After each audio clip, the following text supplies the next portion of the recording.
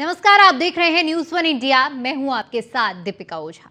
योगी राज में अपराधियों की शामत है। पहले बाबा के बुलडोजर ने यूपी से संगठित अपराध का खात्मा जड़ से किया और अब बाबा की टेढ़ी नजर उन अपराधियों पर है जो दोबारा से कानून व्यवस्था को चुनौती दे रहे हैं। ऐसे अपराधियों से निपटने के लिए पुलिस को खुली छूट दे दी गई है, जिसका नतीजा है कि यूपी में अब अपराधी त्राहिमाम कर रहे हैं। ये रिपोर्ट देखिए।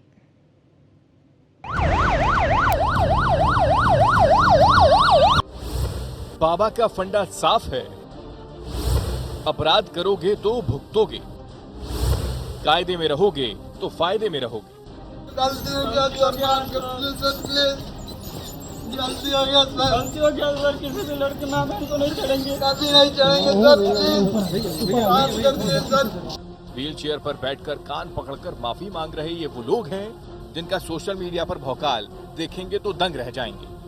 असलों के साथ भौकाल बनाने वाले इन लोगों का भौकाल तभी तक चला जब तक बाबा की पुलिस के रडार पर ये लोग नहीं आ पाए, और जब आए तो फिर गिड़गिड़ाने को मजबूर हो गए।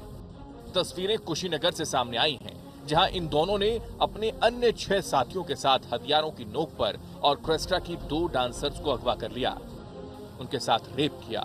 पूरी रात बड़ी बड़ी लग्जरी गाड़ियों के साथ भौकाल बनाते रहे, लेकिन जब पुलिस को इसकी सूचना मिली तो तत्काल एक्शन में पुलिस आ गई।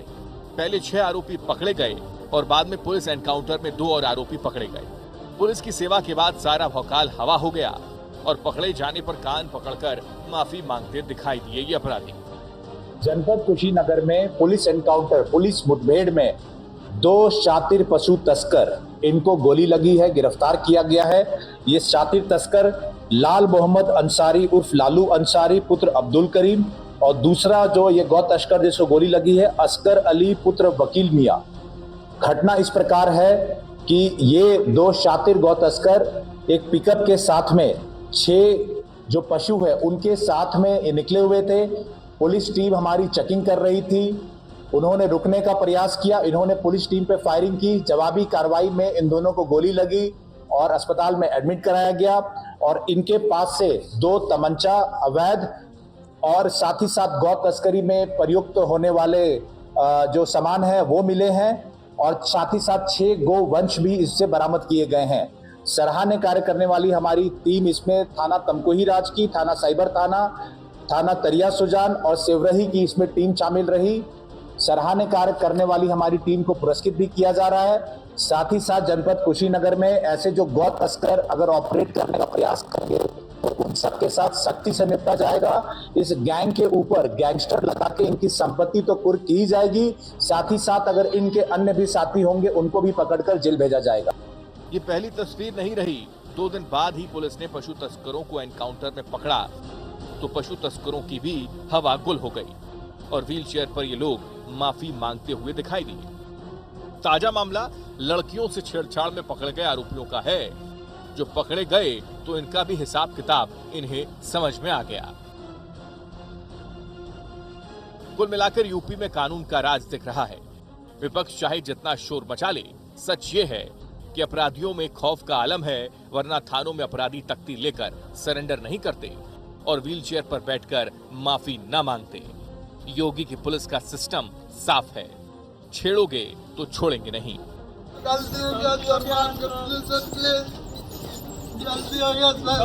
सर, किसी से लड़के ना तो नहीं चढ़ेंगे, कभी नहीं चढ़ेंगे सर।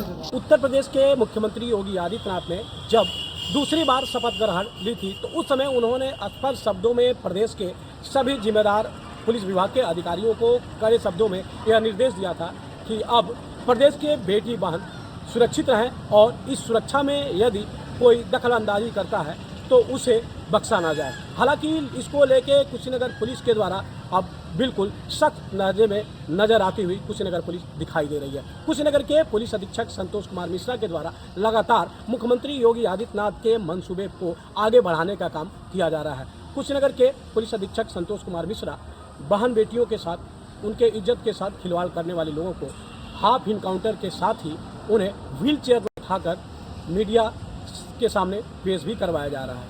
और यहाँ पर वे आरोपी सीधे अपनी ज़िंदगी की भीख मांग रहे हैं। इतना ही नहीं, कुछ आरोपी तो यहाँ तक भी कह रहे हैं कि हमें बख्श दिया जाए, छोड़ दिया जाए साहब, हम अब ऐसी गलती नहीं करेंगे और हम भीख मांगकर खा लेंगे, लेकिन ऐसी गलती नहीं करेंगे। तो कहीं न कहीं एक तरह से देखा जाए तो उत्तर प्रदेश के मुख्यमंत्री योगी आदित्यनाथ के इस आदेश को कुशीनगर की यमराज पुलिस लगातार इसे साकार कर रही है और इसे आगे बढ़ाती हुई नजर आ रही है। हालांकि कुशीनगर पुलिस के द्वारा इस तरह की हो रही लगातार कार्रवाइयां कहीं न कहीं पूरे जनपद ही नहीं, उत्तर प्रदेश में चर्चा का विषय बना हुआ है। Dharmendra Yadav, news one India, Kushinagar.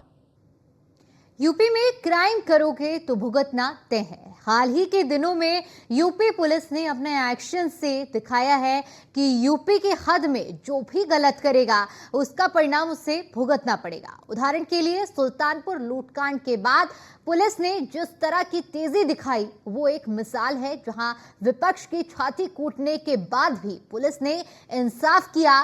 तो कानपुर में कालिंदी एक्सप्रेस को डीरेल करने वालों के खिलाफ भी अभियान जारी है। इसी पर आधारित ये रिपोर्ट देखिए।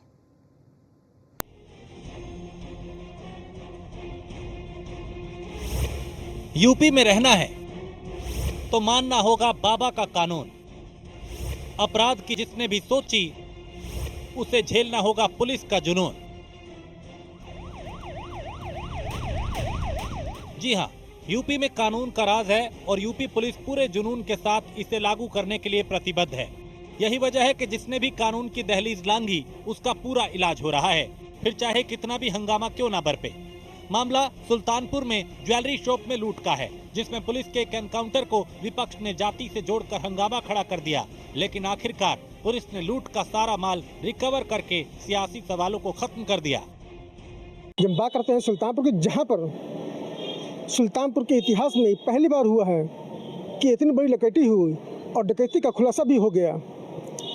कहना गलत ना होगा कि जिस तरह से सोमेन वर्मा ने अपनी पूरी कार्यशैली में इस डकैती का खुलासा किया है वो वाकई में काबिल तारीफ है और इसकी जितनी प्रशंसा की जाए वो कम है। उन्होंने साथ ही साथ उन्होंने पूरी रिकवरी दिखाई है इसमें, चाहे वो सोने की हो चाहे वो चांदी की हो, सारी रिकवरी उन्होंने दिखाई है और कुछ अपराधियों को उन्होंने पकड़ा भी है, उनसे मुठभेड़ भी हुई है जिसमें पुलिस वाले भी घायल हुए हैं और तो और इनकाउंटर भी हुआ है जिसमें विपिन जो उसका सरगना था वो गिरफ्तार भी हुआ है। उसकी निशानदेही पर सारे माल बरामद कर लिए गए हैं और इतनी बड़ी लूट कांड का खुलासा उन्होंने किया है। इसका सफल अनावरण उन्होंने अपने द्वारा किया और साथ ही साथ उन्होंने व्यापारियों को बैठा करके इस बात की पुष्टि भी कराई कि जो जो माल आपने पकड़ा है वो माल आपका ही है, ये आपका ही माल है या नहीं। उसके बाद व्यापारियों ने कहा कि हाँ ये हमारा माल है और ये इस पर हमारा मार्का लगा हुआ है। तो कहना गलत ना होगा कि पूरी निष्पक्षता से जिस तरह से सोमेन वर्मा जी ने इस कार्य को किया है वो वाकई में काबिल तारीफ है, जिसकी जितना प्रशंसा की जाए वो कम है।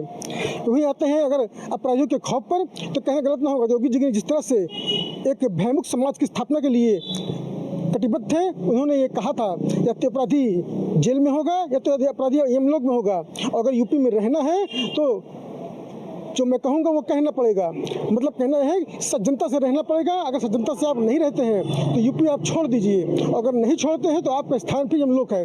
उसी को देखते हुए यहाँ पर इस तरह ताबड़तोड़ एक्शन लिए गए और सोमेन वर्मा ने ताबड़तोड़ एक्शन लेते हुए अपनी टीम के साथ पूरी व्यवस्था का अनावरण किया और सारे लुटेरों को पकड़ा और गिरफ्तार करके जेल भेजा। उनमें से कुछ लोग फरार चल रहे हैं जिनकी गहनता से जांच पड़ताल चल रही है, उनकी खोज चल रही है और जो कुछ आंशिक रूप से बचा हुआ भी है वो भी इस खुलासे के बाद से पकड़ लिया जाएगा और व्यापारी का माल उसको मिल जाएगा। कहना गलत ना होगा व्यापारियों के बीच में जिस तरह से सोमेन वर्मा ने अपनी एक इमेज बनाई है वो वाकई में काबिल तारीफ है। व्यापारी आज उनकी भूरी भूरी प्रशंसा कर रहे हैं। उनका कहना यह है कि इस तरह कप्तान हमको न कभी मिला था और न आज तक मिल पाएगा। तो सोमेन वर्मा ने जिस तरह से मिसाल पेश की है वाकई में काबिल तारीफ है। बात यहीं तक नहीं है, कानपुर पुलिस ने भी ट्रेनों को डिरेल करने की साजिश पर सख्त कार्रवाई की।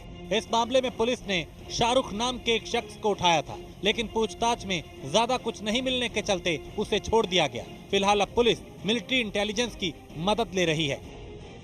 8 सितंबर को कालिंदी एक्सप्रेस को डिरेल करने की नाकाम साजिश की गई थी।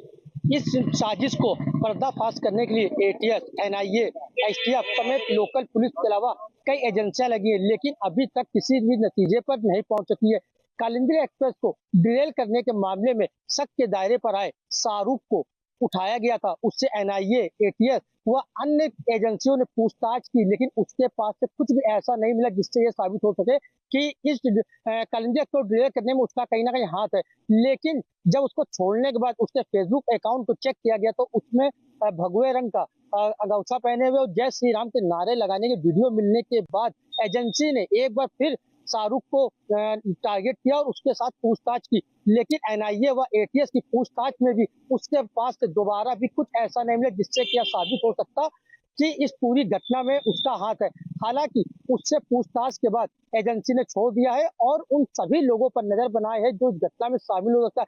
इस कालिंदी एक्सप्रेस डिरेल मामले की जांच करी एजेंसियों ने अब पुराने मामलों की भी जांच शुरू कर दी है, चाहे वो साबरमती एक्सप्रेस हो, चाहे कासगंज पैसेंजर एक्सप्रेस हो। इन सभी मामलों को लेकर एक दूसरे से सिरे को जोड़ने का काम किया जा रहा है, जिससे कि पूरे मामले में इस साजिशकर्ता को पकड़ा जा सके और उस पर कार्रवाई की जा सके। क्योंकि एक वीडियो भी वायरल हुआ था जिसमें कहीं ना कहीं पाकिस्तान के आतंकी गौरी ये कह रही थी कि भारत के रेलवे ट्रैक को उखाड़ा जाए और ट्रेन को ड्रिल करने का काम किया जाए। लेकिन फिलहाल सभी बिंदुओं पर एजेंसी जांच कर रही। 8 दिन से ज्यादा बीत जाने के बाद भी अभी तक एजेंसी व लोकल पुलिस व अन्य वो एजेंसियां जो पूरे मामले की जांच करी किसी नतीजे पर नहीं पहुंची है। लेकिन अब मिलिट्री एजेंसी के साथ में बातचीत करने का प्रयास किया जाए इंटेलिजेंस के साथ में, जिससे कि इस साजिशकर्ता को जल्द से पकड़ा जा सके। फिलहाल शाहरुख से पुलिस को कुछ भी नहीं मिला है। 2 बार पूछताछ कर उसे एनआईए ने छोड़ दिया है।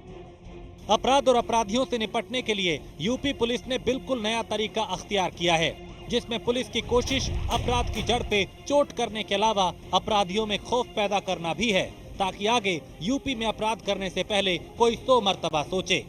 सुल्तानपुर और कानपुर मामले में पुलिस की कार्रवाई यूपी पुलिस के बदलते तौर तरीकों की झलक दिखा रही है। Bureau report, news 1 India. Yogi Adityanath कानून व्यवस्था को लेकर कितने गंभीर हैं, इसका अंदाजा उनकी बार बार अफसरों के साथ होने वाली मीटिंग से लगाया जा सकता है। योगी आदित्यनाथ समय समय पर कानून व्यवस्था परखते रहते हैं, साथ ही साथ अधिकारियों की भी नब्ज टटोलते रहते हैं।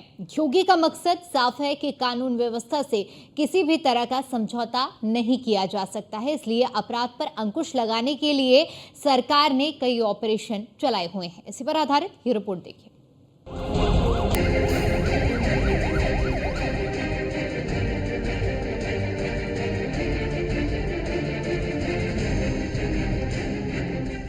गलती हो गया सर, किसी से लड़के माँ बहन को नहीं चढ़ेंगे, काफी नहीं चढ़ेंगे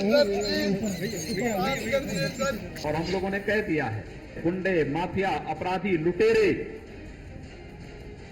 ये सब के सब मेहरबानी करके तो उत्तर प्रदेश छोड़ करके चले जाएं, और अगर उत्तर प्रदेश में रहेंगे तो फिर उनके लिए 2 जगह होंगी।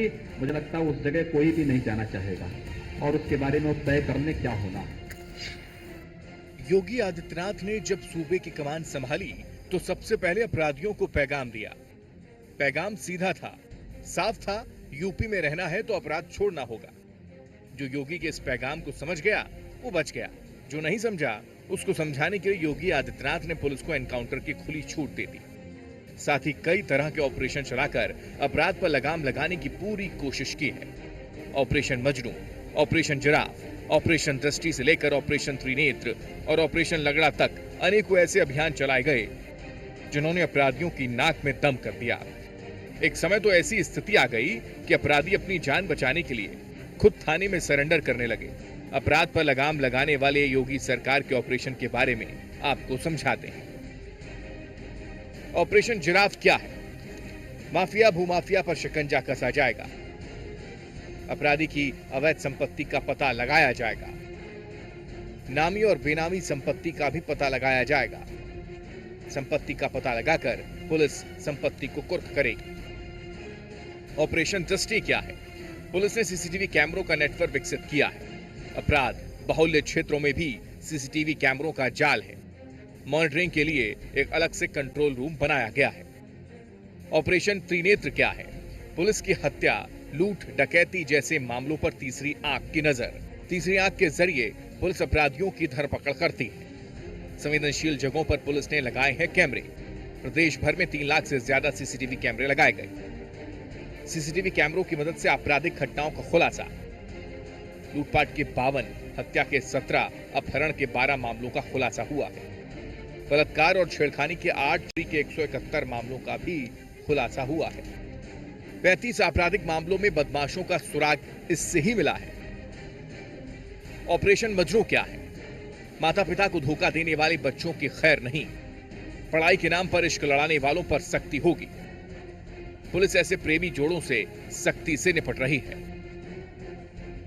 अब ऑपरेशन लंगड़ा समझिए, पुलिस गुंडे बदमाशों पर नकेल कसने में लगी है। ऑपरेशन लगड़ा के जरिए अपराधियों से मुठभेड़। पुलिस ज्यादातर अपराधियों के पैर में गोली मारती है। पैर में गोली लगने के बाद अपराधी भाग नहीं पाते। ऑपरेशन के तहत हजारों बदमाशों को लंगड़ा किया गया।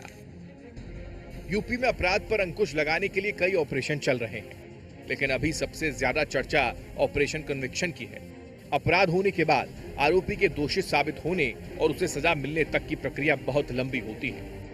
कई केस में तो यहां तक देखा गया है कि आरोपी की सजा का ऐलान होने तक वो बुजुर्ग हो जाता है। कई बार कानून की खामियों का फायदा उठाकर अपराधी बच निकलते हैं। पीड़ित पक्ष भी लंबे समय तक इंसाफ की आस में बैठा रहता है। इसी समस्या से निपटने के लिए यूपी सरकार ने ऑपरेशन कन्विक्शन चलाया है। ऑपरेशन कन्विक्शन क्या है, जरा वो समझिए। हत्या, लूट और धर्मांतरण के खिलाफ ये ऑपरेशन है। बलात्कार, डकैती और कौकशी पर लगाम लगाने की कोशिश है। 3 दिन के अंदर चार्ज फ्रेम करवाकर 30 दिन में ट्रायल। अपराधियों को 30 दिन के अंदर मिलेगी सजा। हर दिन फास्ट ट्रैक कोर्ट में होगी सुनवाई। योगी सरकार के इन तमाम ऑपरेशन की वजह से ही अपराधियों के हौसले धीरे धीरे पस्त होते चले जा रहे हैं।